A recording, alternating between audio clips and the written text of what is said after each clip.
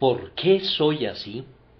Porque según el hombre interior me deleito en la ley de Dios, pero veo otra ley en mis miembros que se rebela contra la ley de mi mente y que me lleva cautivo a la ley del pecado que está en mis miembros. Romanos 7, 22, 23. Como muchos de ustedes recordarán, la noche del pasado jueves les prediqué sobre la perseverancia final de los santos. Me ha sorprendido grandemente y también me ha complacido enterarme durante la semana de que muchas personas encontraron ánimo y consuelo en la simple explicación de esa doctrina que entonces les expuse. De hecho, las noches de los 2 últimos jueves hemos estado tratando alternativamente un precepto y una promesa que iban relacionadas con el mismo asunto, aunque cada uno lo presentaba bajo una luz diferente.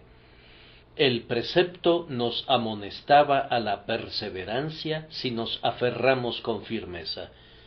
La promesa nos aseguraba la preservación gracias a que somos retenidos con firmeza. La bienvenida que brindaron ustedes a esas exposiciones familiares me ha llevado a pensar que sería aceptable, especialmente para aquellos de ustedes que han sido traídos recientemente a la Sagrada Familia y que tal vez no conozcan ni los rudimentos siquiera de la experiencia religiosa, que diéramos un seguimiento a esos 2 elementales discursos con una pequeña exposición del gran conflicto interior al que la vida del creyente es expuesta. El pasaje que vamos a considerar relata una parte de la experiencia del apóstol Pablo. Todos nosotros concedemos que era un santo sobremanera eminente. Ciertamente lo colocamos a la vanguardia. Por esta razón, su experiencia cobra una mayor relevancia para nosotros. Si los más grandes santos tienen sus luchas interiores, con cuánta mayor razón debemos esperar tenerlas los que no hemos alcanzado el mismo grado de gracia que el apóstol alcanzó. Aunque Pablo no iba ni un ápice a la saga del primero de los apóstoles, con todo se veía obligado a decir: así que, queriendo yo hacer el bien, hallo esta ley, que el mal está en mí. Entonces, ustedes y yo, que sólo podemos ocupar la posición de bebés en la gracia o de ordinarios discípulos de Jesucristo, no debemos asombrarnos si tenemos que aguantar embates que nos sorprenden y entablar luchas que nos turban, y a menudo tendamos a exclamar por la presión de la emoción: miserable de mí, ¿quién me librará de este cuerpo de muerte? Por tanto, voy a pedirles, para su consuelo personal, que noten ante todo que el poder rector en la mente del cristiano es un fuerte afecto y por tanto un intenso placer en lo que es puro y santo, porque según el hombre interior me deleito en la ley de Dios. En segundo lugar, que hay inclinaciones y pasiones en el interior del ser humano que entran en conflicto directo con este santo principio, veo otra ley en mis miembros que se rebela contra la ley de mi mente. Y, en tercer lugar, que la disciplina exigida por esta constante hostilidad, a despecho de todo el desasosiego y la irritación que provoca, no está desprovista de una evidencia veraz y satisfactoria de nuestra guerra espiritual. Gracias doy a Dios por Jesucristo Señor nuestro. Puede decirse de todo verdadero cristiano que el poder rector en él se deleita en la ley de Dios. La nueva naturaleza que Dios ha creado en cada creyente no puede pecar porque es nacida de Dios. Esta es una obra del Espíritu Santo y como tal es sin engaño, sin mancha e incorruptible. Somos hechos partícipes de la naturaleza divina. La divina naturaleza, en su parte comunicable, nos es dada cuando Dios nos hace renacer para una esperanza viva por la resurrección de Jesucristo de los muertos. No somos engendrados de sangre, ni de voluntad de carne, ni de voluntad de varón, sino de Dios. Recibimos de Dios una nueva naturaleza al momento de nuestra regeneración. Esta nueva naturaleza, aunque es la menor, compele a la naturaleza mayor en nuestro interior a someterse a ella. Tiene una lucha, pero obtiene la victoria. Este significativo augurio, el mayor servirá al menor, es abundantemente cumplido en el pequeño reino en el interior de nuestras almas. Sufre una prueba de prolongadas luchas antes de la plena subyugación, tiene que enfrentar muchas asediantes rebeliones, pero a la larga, lo que es nacido del Espíritu vencerá a lo que es nacido de la carne, y la divina naturaleza que está en nuestro interior derrotará a la naturaleza sensual. El cristiano se deleita en la ley de Dios gracias a esa nueva naturaleza que ha sido implantada en él. No alberga ningún deseo de cambiar esa ley de ninguna manera. Cuando leemos los 10 mandamientos, nuestra conciencia aprueba las ordenanzas de Dios, a la vez que reprueba nuestras propias deficiencias culpables. Sí, sentimos que únicamente Dios pudo haber preparado un código tan completo y perfecto. No desearíamos que se alterara ni una sola jota, o palabra, o sílaba de esa ley, aunque nos condene. Aunque sabemos que si no fuera por la sangre preciosa de Cristo, la ley nos habría arrojado muy justamente en el infierno, con todo, con un santo instinto, con un gusto puro y un recto juicio, estamos de acuerdo que la ley es buena. Expresa la mente de Dios respecto a la diferencia entre lo debido y lo indebido, entre el bien y el mal, la verdad y la falsedad, la armonía y la discordia, y nuestra mente concuerda con la mente de Dios. No la percibimos como una verdad establecida por la investigación, sino como una verdad enteramente radiante que resplandece en su propia majestad. De buen grado tomaríamos nuestro lugar en el monte Ebal o en el monte Gerizim para dar nuestro trémulo amén a las maldiciones pronunciadas contra la desobediencia, o para loar con solemne dicha las bendiciones garantizadas para quienes observan y cumplen sus mandamientos.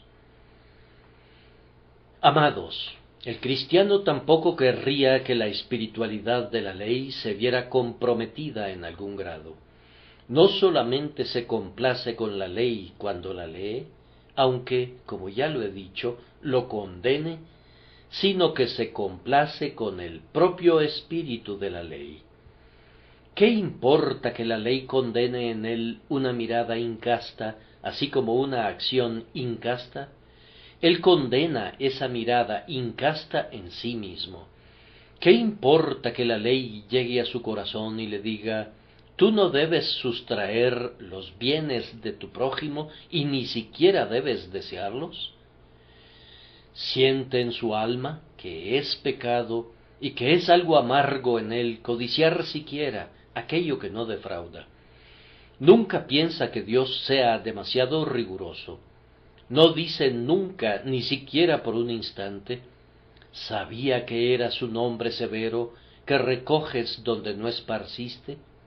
Antes bien, da su anuencia a la ley, aunque sea de mucha altura y mucha extensión, aunque sea sumamente extensa.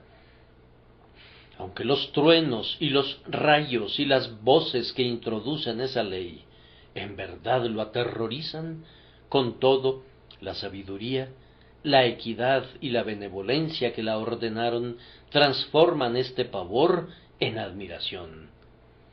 Siendo nacido de lo alto y estando en comunión con Cristo y en paz con Dios, su propia constitución está en armonía con la ley del Señor.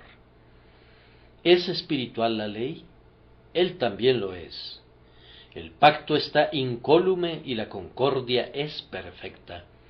Yo confío que muchos de ustedes, queridos oyentes, puedan endosar esto, pues, sin duda, cuantos hemos nacido de nuevo, podemos dar testimonio de que nos deleitamos en la ley de Dios según el hombre interior. Además, ningún cristiano desea que se le otorgue alguna dispensa que lo exente de cumplir con cualquiera de los mandamientos del Señor. Su vieja naturaleza pudiera desearlo, pero el hombre interior dice, no, yo no deseo ni recibir ni dar concesión alguna a la carne, ni recibir un permiso, ni ofrecer una excusa por el pecado en ningún punto, sin importar cuál sea.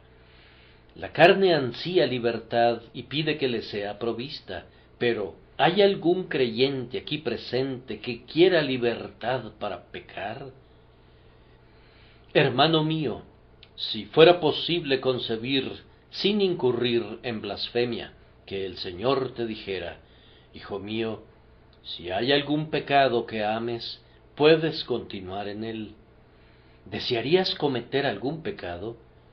¿No dirías más bien, oh, que fuera yo purificado de todo pecado, pues el pecado para mí es una desdicha y no es sino un sinónimo de aflicción? El mal moral es su propia maldición, es una plaga, una peste ante cuyo pensamiento me estremezco.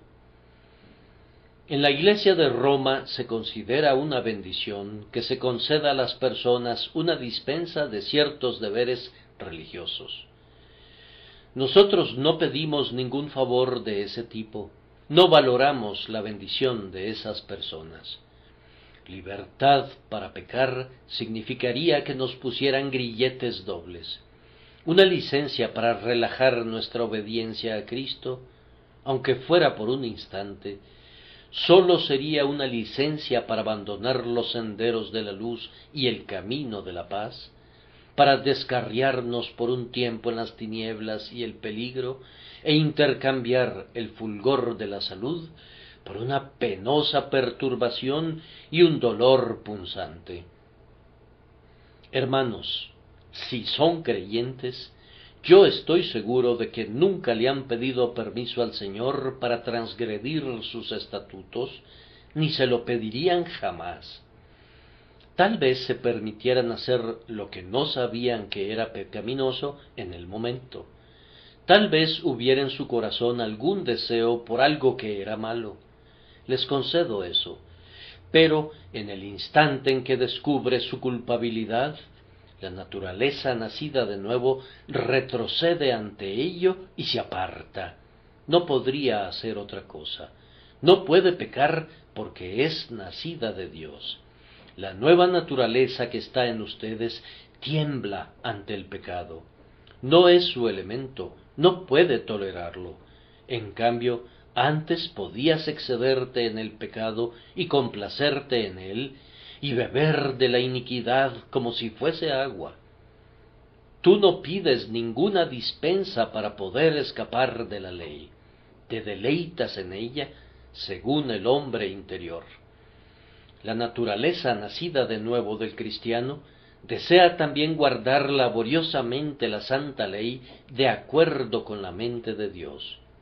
Si se nos propusiera a cualquiera de nosotros que pudiéramos tener cualquier cosa que pidiéramos, si en una visión nocturna el Señor se nos apareciera y nos dijera, como le dijo a Salomón, pide lo que quieras que yo te dé, yo creo que ninguno de nosotros dudaría.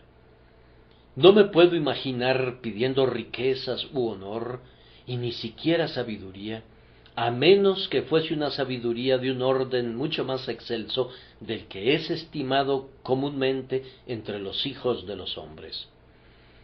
Pero el don que yo creo que codiciaría por sobre toda otra bendición es la santidad, una santidad pura e inmaculada. Poseyendo ahora un interés en Cristo, sabiendo que mis pecados me han sido perdonados gracias a su nombre, la única cosa que deseo más allá de todas las demás es quedar perfectamente libre de pecado y llevar una vida inmaculada sin pecado de omisión o pecado de comisión. Ahora, cada cristiano que tiene ese deseo en el interior de su alma no estará satisfecho nunca mientras no cumpla ese deseo, y esto demuestra que nos deleitamos en la ley de Dios según el hombre interior. Y no pasará mucho tiempo antes de que ese deseo se vea cumplido.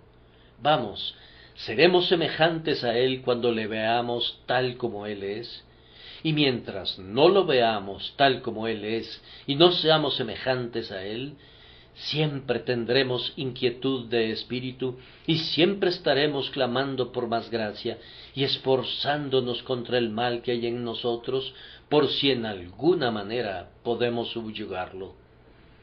Oh sí, amados, en el hecho de que esto es lo que esperamos, que esto es por lo que oramos, que esto es por lo que luchamos, que esto es por lo que estaríamos dispuestos a morir, ser conformados enteramente a la mente y a la voluntad de Dios, hay una evidencia de que vemos que la ley de Dios es buena y que nos deleitamos en ella, según el hombre interior.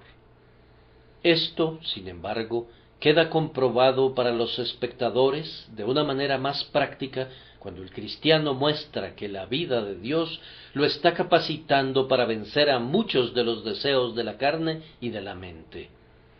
Muy a menudo, mientras se esfuerza por ser santo, tiene que obligarse a una severa abnegación, pero lo hace con alegría. Por ejemplo, si sucediera en el negocio que si hiciera una trampa muy común en su actividad comercial, ¿podría obtener una mayor ganancia? No lo haría, si es cristiano. Siente que no puede cometer ese mal y pecar contra su Dios. O si el joven convertido descubriera que una pequeña divergencia del camino recto agradaría a la gente mundana con la que está obligado a asociarse, podría, tal vez, desviarse en su debilidad. Pero si lo hiciera, la nueva vida en su interior nunca le facilitaría el camino.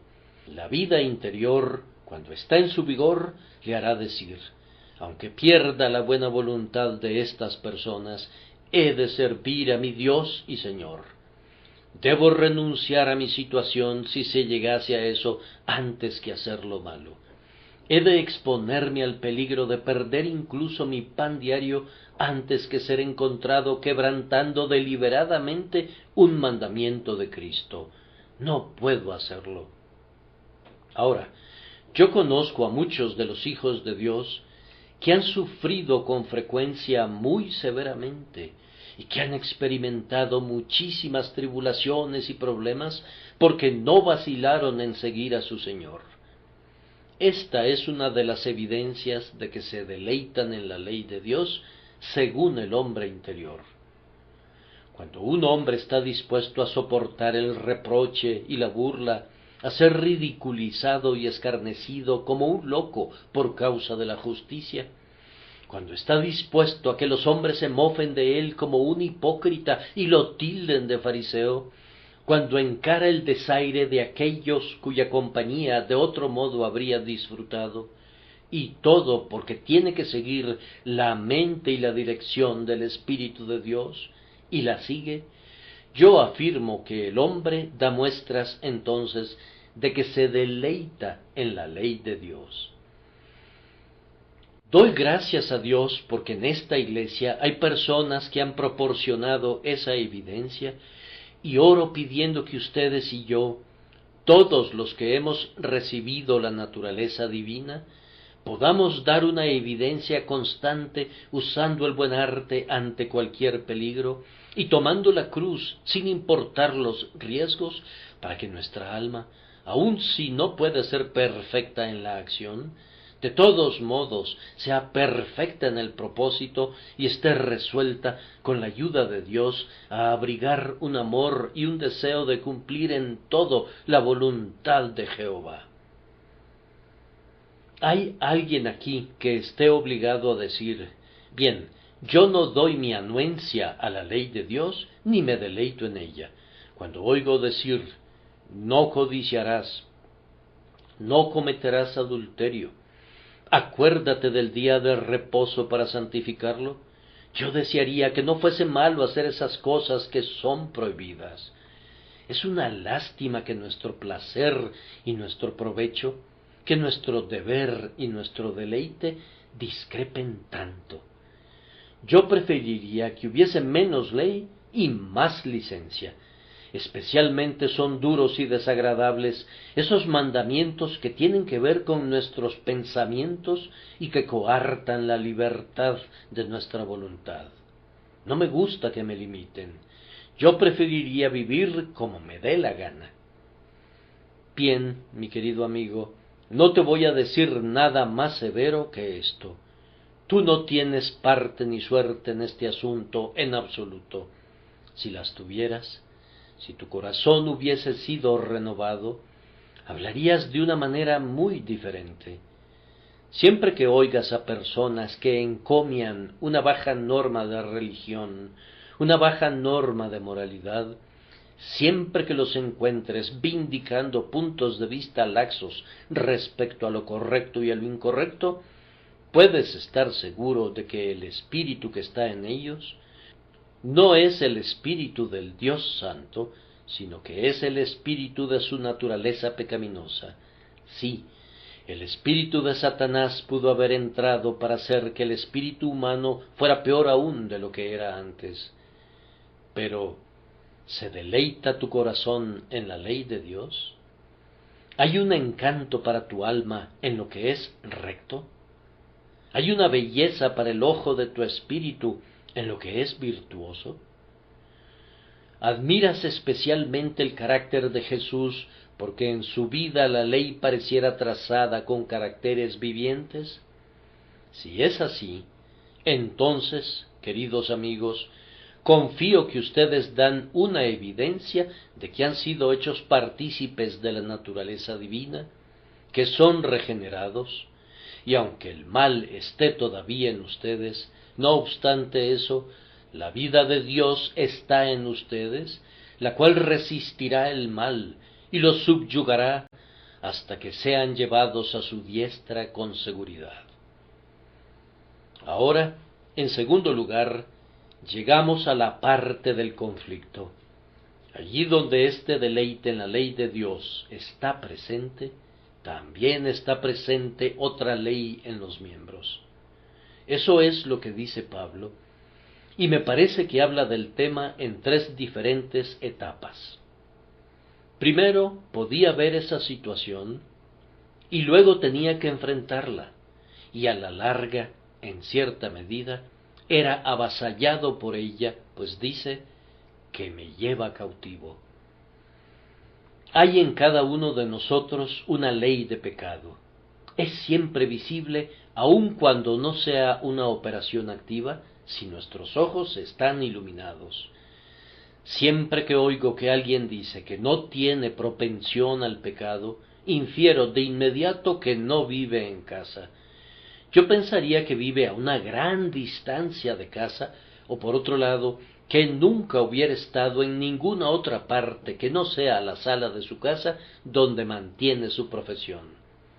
No pudo haber ido a través de todos los aposentos, escudriñándolos exhaustivamente, pues habría encontrado en algún lugar la existencia de un malvado corazón de incredulidad que se aparta del Dios viviente.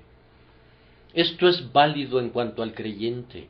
Él tiene que clamar contra otra naturaleza diciendo: ayuda mi incredulidad. Esa naturaleza está siempre presente en el hombre. Algunas veces está inactiva.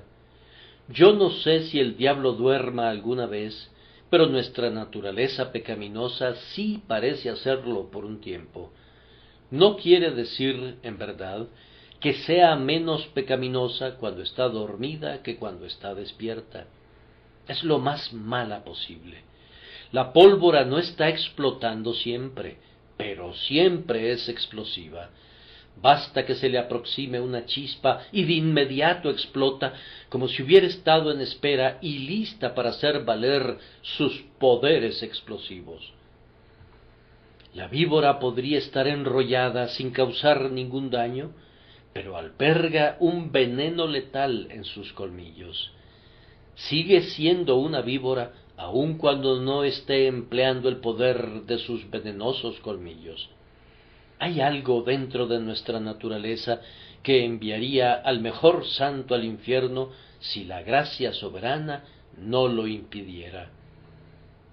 Hay un pequeño infierno en el interior del corazón de todo hijo de Dios, y únicamente el grandioso Dios del cielo puede someter a ese malévolo pecado que mora en su interior.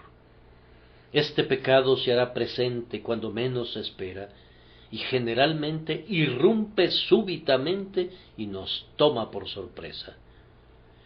Yo lo he experimentado para mi tristeza. No me voy a poner aquí a hacer muchas confesiones personales. Sin embargo, conocí una vez a un varón que, habiendo asistido a una reunión de oración, sintió que su corazón se elevaba mucho en los caminos de Dios hasta llegar muy cerca de su Padre Celestial. Ese varón sostuvo una dulce comunicación con Cristo y disfrutó mucho de la comunión con el Espíritu, pero no imaginaba que en el momento en que la reunión de oración concluyera, alguien en la congregación lo insultaría y lo afrentaría amargamente. Debido a que fue tomado desprevenido, se encendió en ira y habló precipitadamente con su lengua. Habría sido mejor que se callara.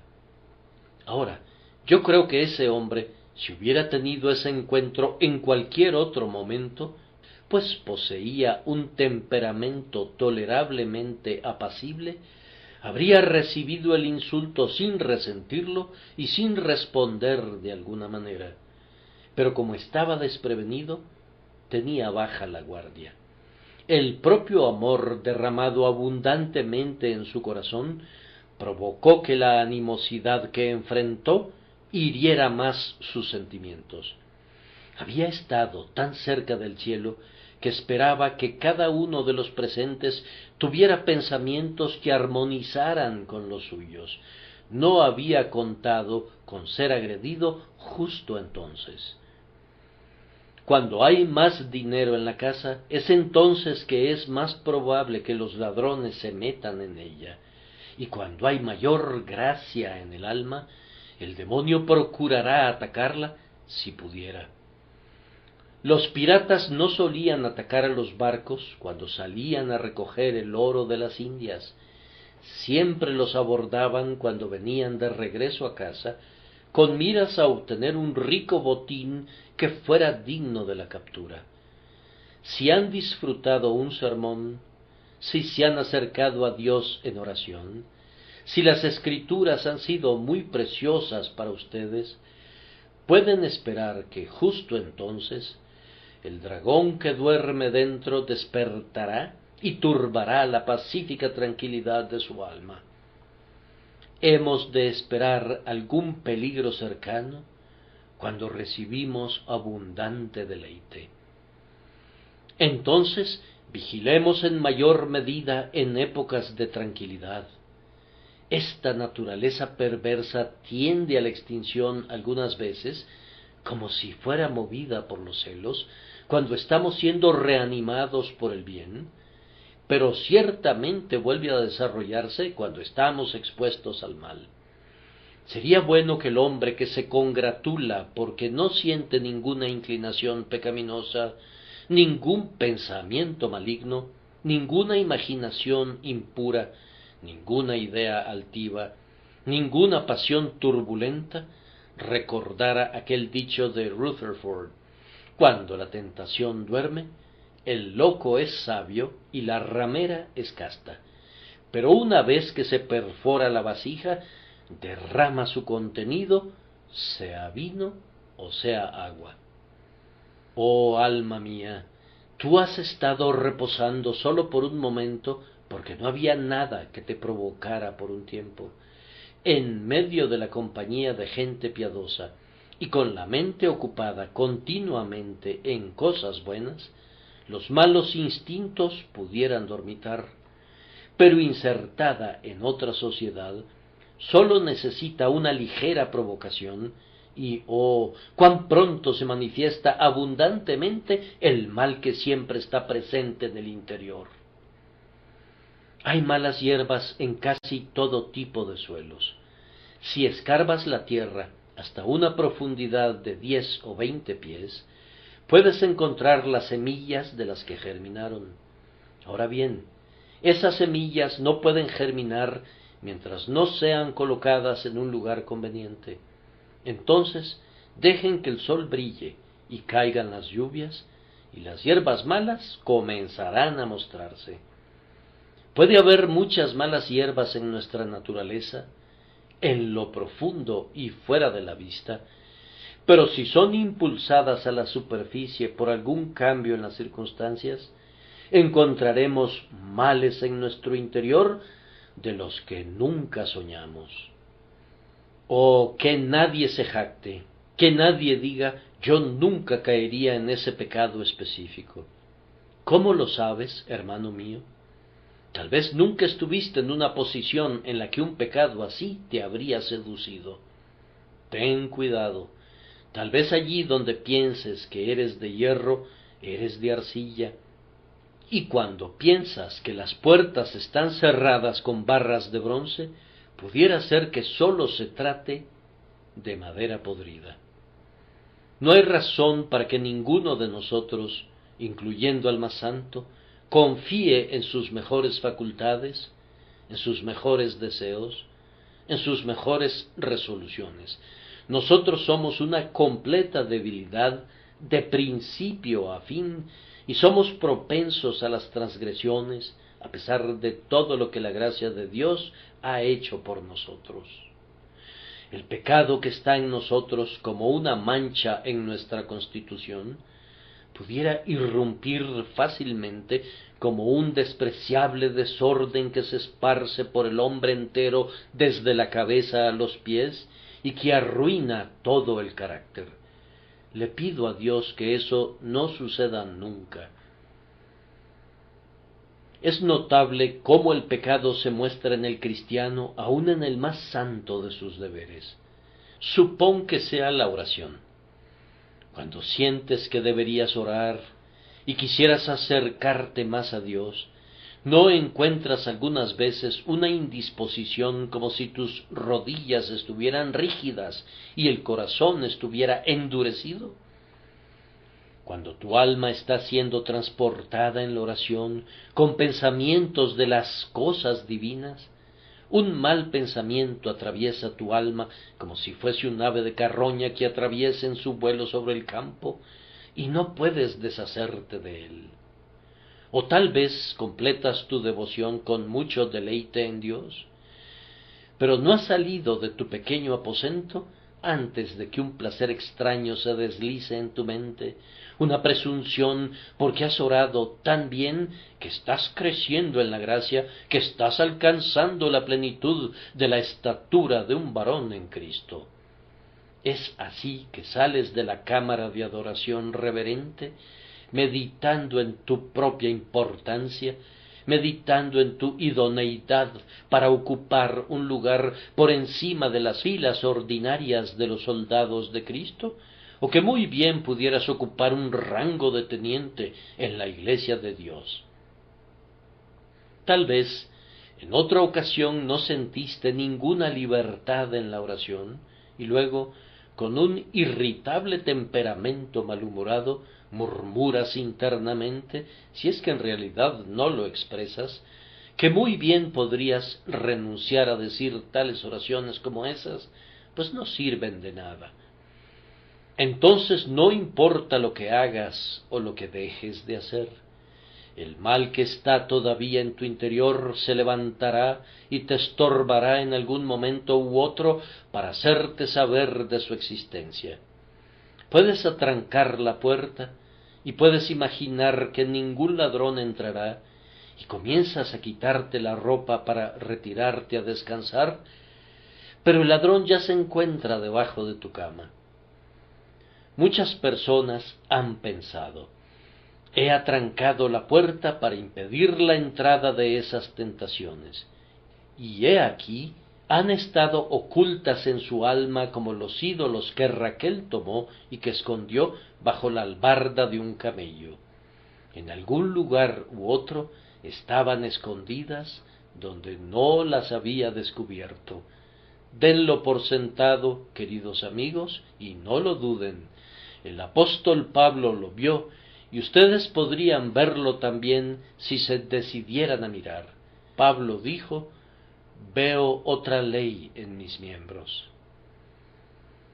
Y esta ley en sus miembros, sigue diciéndonos, se rebela contra la ley de mi mente. Se esforzaba por alcanzar el dominio, pero la nueva naturaleza, por otro lado, resistía y no le permitía que lograra el dominio. Las viejas lascivias luchan, pero la nueva vida lucha también, pues toda guerra tiene que tener dos bandos. Tal es la guerra que tiene lugar en el interior del alma renovada. Hemos sabido que esta guerra toma diferentes formas. Hay momentos que ha sido en este sentido. Un deseo indebido ha entrado en el cristiano y él lo ha despreciado. Lo ha despreciado por completo, pero ese deseo lo ha seguido repetidamente.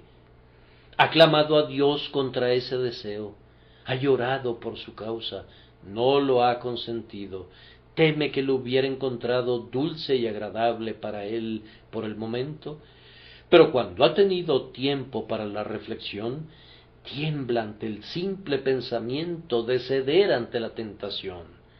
Y, sin embargo, por la inquietud de su propia carne y por las represalias de Satanás, ese odioso deseo se presentará y volverá una y otra vez. Lo oirá aullando en pos de él como un sabueso que sigue a su presa, y algunas veces dará un salto y lo tomará por el cuello y lo derribará.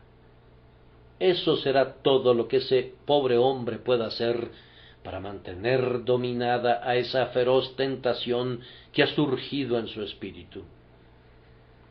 Yo puedo dar testimonio de que tales guerras son unas ordalías muy terribles, pues algunas veces duran días y semanas y meses sin interrupción.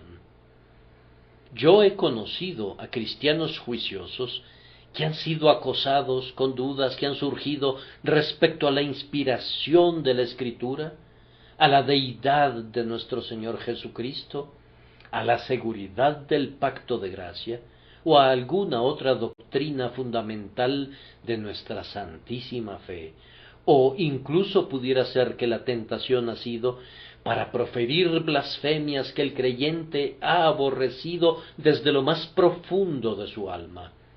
Con todo, entre más amargamente las haya detestado, más implacablemente lo han perseguido. Él quería echarlas fuera, pero regresaban con redoblada fuerza. ¿Es cierto? ¿Acaso es así? ¿Pudiera suceder que un horrible sentimiento esté envuelto en un pulido epigrama?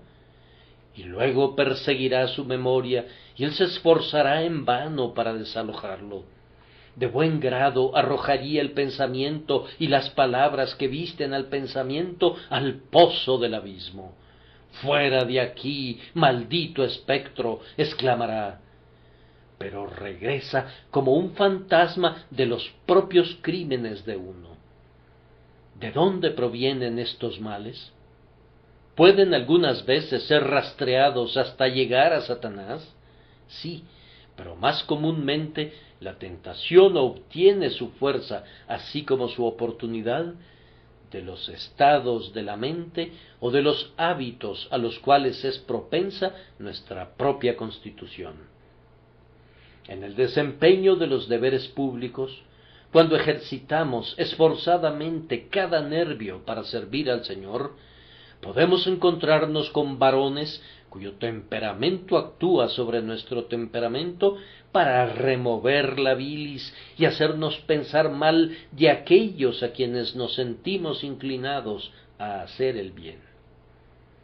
En las apacibles sombras del retiro que los sabios buscan como un alivio de las distracciones de la sociedad, cuán extrañas fantasías y monstruosas locuras entran con frecuencia en el corazón y confunden el cerebro.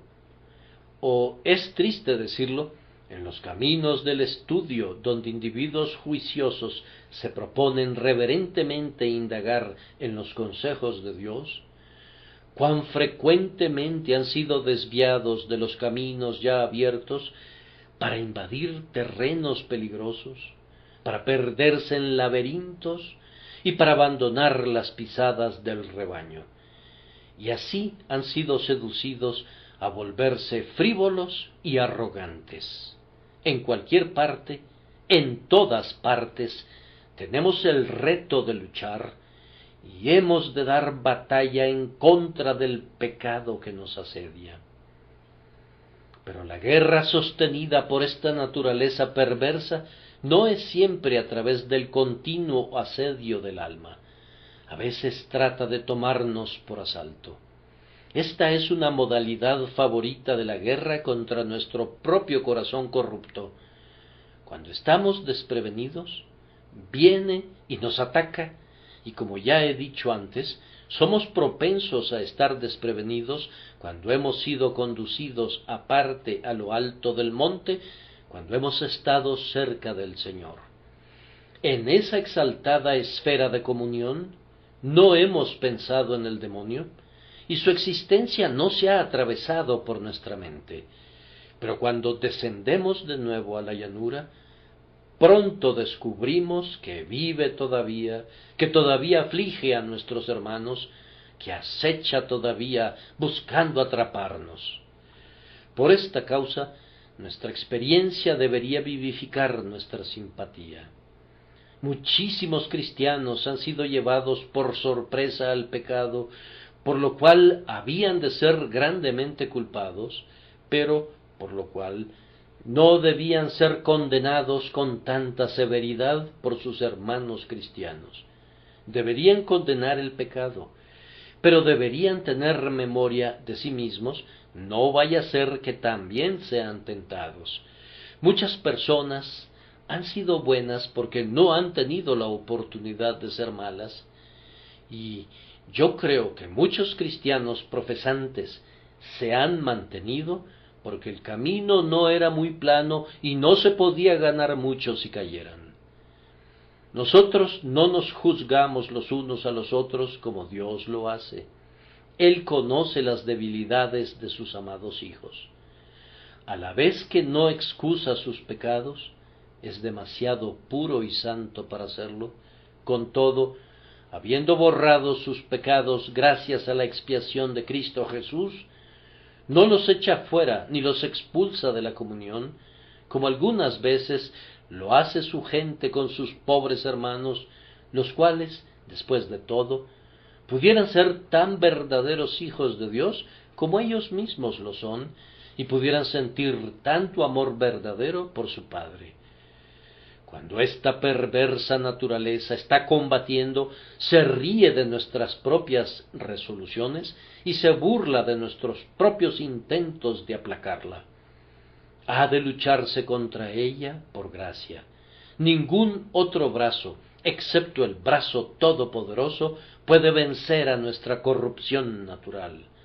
como un leviatán se ríe de la lanza, la considera como madera podrida. No puedes atacar a un pecado asediante como desearías hacerlo. A veces te imaginas, lo voy a herir de muerte, y en el mismo acto de herir a un pecado, estás llamando a otro para que entre en acción. Muchas personas han intentado vencer su propensión al desfallecimiento, pero han llegado a la presunción. Algunos han intentado ser menos profusos en sus gastos, pero se han vuelto tacaños. Algunos han dicho, no voy a ser más altivo, pero entonces se vuelven mezquinos. Yo he conocido a algunos que eran tan estrictos por la verdad que se volvieron fanáticos y posteriormente se volvieron muy liberales y sostienen la verdad con una mano tan elástica que difícilmente se podría confiar en su constancia. Miren de frente y cumplan con el deber que está frente a ustedes. Créanme que no es fácil defenderse de las sorpresas del pecado. Es algo imposible, a menos que Dios, que fue quien creó la nueva naturaleza, venga en su rescate, la alimente con el pan del cielo, le dé agua de la roca eterna y la conduzca en su camino hacia la buena tierra donde nunca estarán presentes los cananeos y donde nuestra alma se dará un festín con leche y miel. No debo demorarme en este punto, sino que he de proseguir a considerar el siguiente. El apóstol dice que esta lucha lo llevó a la cautividad bajo la ley del pecado. ¿Qué quiere decir con eso? No creo que quiera decir que se descarrió hasta cometer abiertas inmoralidades flagrantes. Ningún observador pudiera haber notado alguna falta en el carácter del apóstol. Él podía verla dentro de sí, y veía manchas en su vida donde nosotros somos incapaces de detectarlas, y probablemente hacerlo era un hábito del apóstol. Cuando oigo que un buen hombre se lamenta por sus faltas, yo sé lo que el mundo dirá. Le tomarán la palabra y pensarán que él es como ellos, mientras que si lo conocieras y observaras su vida y su conversación, si lo juzgaras imparcialmente, te verías compelido a decir de todo hombre piadoso que es como Job, perfecto y recto, temeroso de Dios y apartado del mal. Sin embargo, ese mismo individuo sería el primero en verse sus propias manchas porque tiene más luz que los otros, porque tiene una idea más elevada que los otros de lo que es la santidad, y principalmente porque vive más cerca de Dios que los otros y sabe que Dios es tan infinitamente santo que los cielos no son limpios delante de sus ojos y que notó necedad en sus ángeles. Por tanto, todo aquel que se ve en el espejo de la ley ve en sí mismo una inmundicia que nunca antes vio. Como dijo Job, de oídas te había oído, mas ahora mis ojos te ven. Por tanto, me aborrezco y me arrepiento en polvo y ceniza. Pero yo creo que el apóstol no se estaba refiriendo aquí a los actos de un mal comportamiento ruin que lo llevaran a la cautividad en lo que a él concernía. Aunque muchos que son hijos de Dios se meten en una triste cautividad porque la ley del pecado y de la muerte en sus miembros alcanza algunas veces el dominio sobre ellos. Oh, estén alerta contra esto, lloren por esto. Estaba a punto de decir, luchen hasta la sangre contra esto. Hermanos, quienes han cometido graves pecados siendo hijos de Dios, si bien son salvos, han sido salvos, aunque así como por fuego, y si ellos pudieran decirles cuántas veces fueron disciplinados, cuán duro fue el castigo, cómo fueron quebrantados sus propios huesos, y cómo el Señor los hizo ver que Él odia el pecado en su propia familia, aún más que en cualquier otra parte, si pudieran oírlos confesar cómo perdieron la luz de su rostro, ¿Cómo perdieron los goces? ¿Cómo perdieron el dulce sabor de las promesas? Oh, los haría decir: oh Dios, te pido que te dignes salvarme, no sólo al final, sino a lo largo de todo el camino. Sustenta mis pasos en tus caminos, para que mis pies no resbalen. Haz que corra por la senda de tus mandamientos. Es una cautividad como la propia cautividad de los israelitas en Babilonia, cuando sucede que un hijo de Dios cae en algún pecado grave. Pero mucho antes de llegar a ese extremo, y yo espero que en tu caso nunca llegues tan lejos, creo que esta ley de pecado nos lleva a la cautividad en otros sentidos. Mientras estás luchando y contendiendo contra el pecado innato, las dudas invadirán tu corazón. ¿Soy un hijo de Dios? De ser así, ¿por qué soy como soy? No puedo orar como quisiera. Seguramente si fuera un hijo de Dios, mi devoción no se vería obstaculizada, ni iría a algún lugar de adoración sin experimentar ningún gozo como otros que se dan un festín y cantan de gozo de corazón. Oh, a qué cautividad es llevada el alma cuando permite que el pecado innato arroje alguna duda sobre su seguridad en Cristo. Somos salvos porque somos creyentes en Cristo. Habiendo sido Cristo toda nuestra confianza, Cristo es siempre en nosotros la esperanza de gloria. A todos los que le recibieron, a los que creen en su nombre, les dio potestad de ser hechos hijos de Dios. Si yo he creído en su nombre, prescindiendo de cuál pudiese ser mi experiencia interior o cuál no pudiese ser en mi propia estimación, si yo he creído en el nombre de Jesús, tengo el privilegio de ser un hijo de Dios. Pero algunas veces las dudas nos abrumarán y somos así llevados a la cautividad. He conocido a algunos que casi fueron conducidos a la desesperación. El Hijo de Dios ha escrito entonces cosas amargas contra sí mismo y ha firmado su propia sentencia de muerte. Gracias a Dios no sirve de nada que firmemos nuestra propia sentencia de muerte. Nadie puede firmarla excepto el Rey, y Él no la firmará jamás contra ningún alma que crea en Él, no importando cuán débil pudiera ser su amor. Podemos ser llevados a la cautividad por un sentido de pecado, por una tentación al pecado, o por ceder ante el pecado. Si alguna vez llegamos a eso, nos hará débiles en el servicio y fríos en la oración. Nos pondrá inquietos cuando estamos solos y nos quitará el gozo en la sociedad de los santos. Es más, nos sentiremos inertes. Oh, que Dios nos salve de eso. Oh, que podamos luchar con denuedo, que podamos luchar cada día para mantener sometido al pecado. Que la gracia divina, esa gracia que es atesorada en Cristo Jesús, nos asegure la victoria. Cuando experimentamos una guerra en el interior del alma, nos sirve de consuelo recordar que es una fase interesante de la experiencia cristiana. Los que están muertos en pecado nunca probaron estas cosas. Hubo un tiempo cuando éramos justos con justicia propia y estábamos arruinados, sin ley, y pensábamos que el pecado estaba muerto en nosotros. Estábamos muertos en delitos y pecados, pero nos jactábamos de nuestra propia justicia. Estos conflictos internos muestran que estamos vivos.